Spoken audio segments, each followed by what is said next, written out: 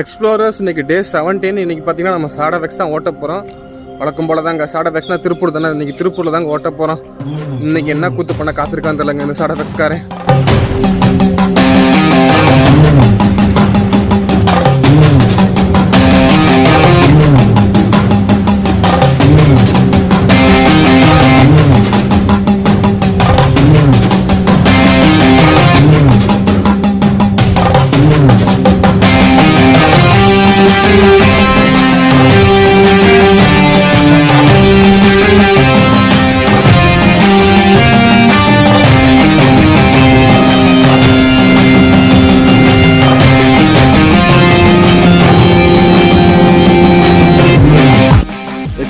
டே 70 நம்ம எவ்வளோ ஏர்ன் பண்ணியிருக்கோம்னா 483 ரூபா ஏர்ன் பண்ணியிருக்கோம்.